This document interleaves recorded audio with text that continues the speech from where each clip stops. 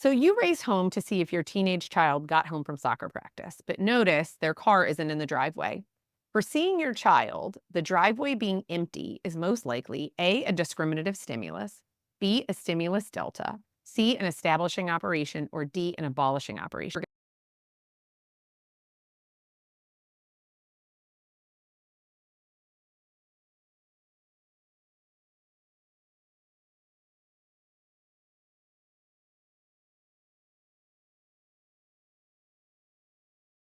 So the correct answer is that the driveway being empty is a stimulus delta, which lets you know that reinforcement in the form of seeing your child is not available because your child's not home, right?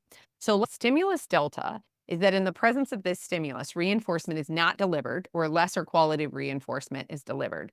So in our case, this is an example of a stimulus delta. If there's no pie on the table and we ask for pie, then no pie is going to be presented. So it's like I can want to see my kid, but if their car is not in the driveway, then me going inside and being like, "Hey, kid," no kid's gonna be presented because 'cause they're not home, their car's not in the driveway. So when I've done this in the past, when I've come in and been like, "Hey, kid," when their, driveway is empty, then, I've done that less in the future because no one answered. The kid didn't show up. So this becomes a stimulus delta for accessing the kid. Does this make sense? So this is where we get into that chapter 17 when we talk about stimulus control. So stimulus control is talking about discriminative stimuli and stimulus delta. A discriminative stimulus tells us it's available. So it's not whether we want it. It has nothing to do with whether you want to see your kid. It just says your kid is not available. Their car's not here. So if their car is in the driveway, their car's not here, they're not available as reinforcement. So they are a stimulus delta, not a discriminative stimulus. If their car was in the driveway, that might be a discriminative stimulus. In the past, it might have been paired with then the response of saying, "Hey, kid," and the kid being there. So discriminative stimulus is a stimulus that signals the availability of reinforcement. So it wasn't whether we care about it.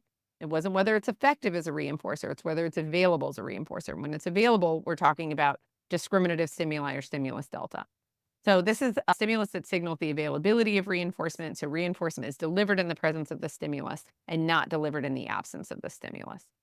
So a discriminative stimulus example would be seeing pie on the table, asking for pie, receiving pie. So in our example of the driveway, it would be seeing the kid's car in the driveway, then coming in and saying, "Hey, kid," and then the kid is there.